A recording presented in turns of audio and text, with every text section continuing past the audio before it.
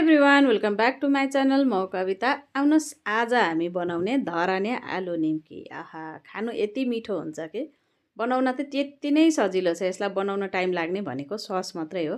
Sauce चाहिँ एकदम important ingredient हो। सो आउनुहोस् सस बनाउन थालौँ। यसको निम्ति मैले चाहिँ यहाँ लिँदैछु 4 चम्ची बेसन। हजुरहरूले मैदा पनि लिन सक्नुहुन्छ। र भुटेको जिराको धुलो पनि राखेँ मैले आधी चम्ची जति।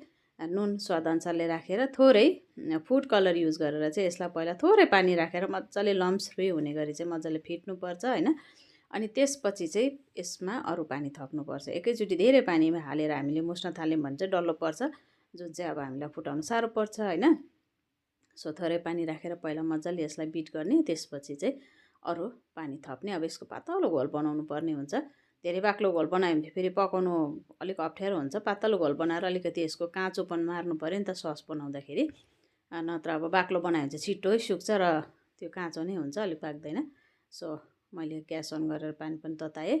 अनि यसमा अलिकति हिट लाग्ने बित्तिकै यो बाक्लो हुन थालिहाल्छ। हेर्नुहोस् है, अहिले अलिअलि यहाँ हिट लाग्न थाल्यो। अब यसलाई म लो फ्लेममा पकाउँदैछु।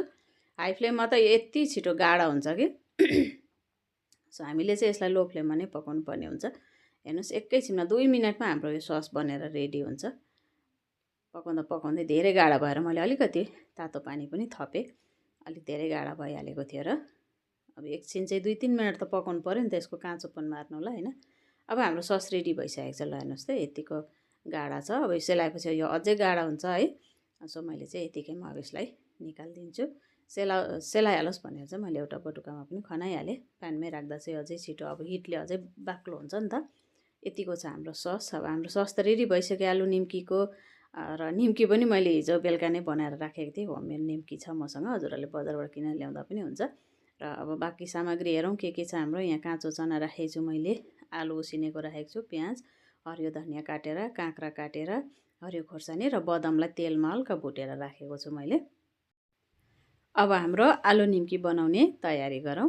सबैभन्दा पहिला आलुलाई मुछ्दै आफूलाई जति चाहिएको छ त्यही हिसाबले, यसमा क्वान्टिटी मेजरमेन्ट त्यस्तो खासै फरक पर्दैन, जति जे आफूलाई इच्छा लाग्छ त्यही हिसाबले राख्दा हुन्छ।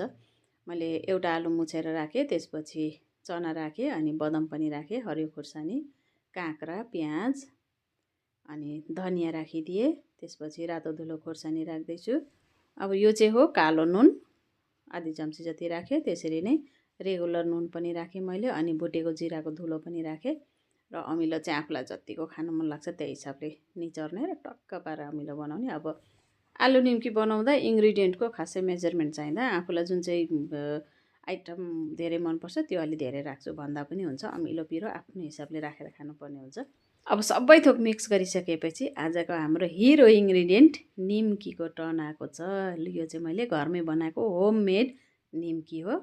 निम्की चाहिँ जहिले पनि लास्टमा नै राख्नुपर्ने हुन्छ। खाने बेलामा निम्की राखेर अनि मजाले मिक्स गरेर चाहिँ अनि खानुपर्ने हुन्छ। पहिला नै हामीले ससमा निम्कीलाई मिक्स गरिदियौँ भने चाहिँ निम्की ओसिन्छ, खानु मजा आउँदैन।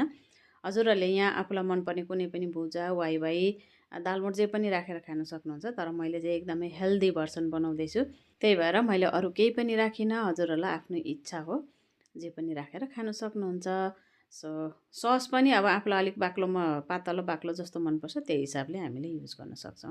मलाई चाहिँ अलिक बाक्लो सस नै मन पर्यो, त्यही भएर अलिक बाक्लो नै राखेको छु। धेरै कति ठाउँमा चाहिँ अलिक धेरै गिलो बनाएर पनि खानु हुँदो रहेछ। आफ्नो आफ्नो टेस्ट हुन्छ, त्यो मैले अघि नै भनिसकेँ हजुरहरूलाई।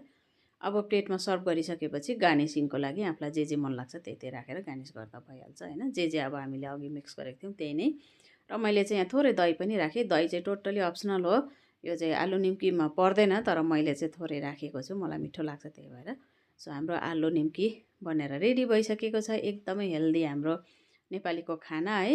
खाजाको हिसाबमा खाँदा पनि हुन्छ, यस्तो राम्रो हेल्दी छ यो। यसमा नराम्रो बिगार्ने कुरा केही पनि छैन, मजाले खाँदा हुन्छ। सो आई होप हजुरहरूलाई आजको रेसिपी भिडियो अवश्य नै मन पर्यो होला। रेसिपी भिडियो मन पर्यो भिडियोलाई लाइक, कमेन्ट, सेयर र च्यानललाई सब्सक्राइब गर्न चाहिँ नबिर्सिदिनुहोस् है। हवस् त, bye bye, thanks for watching.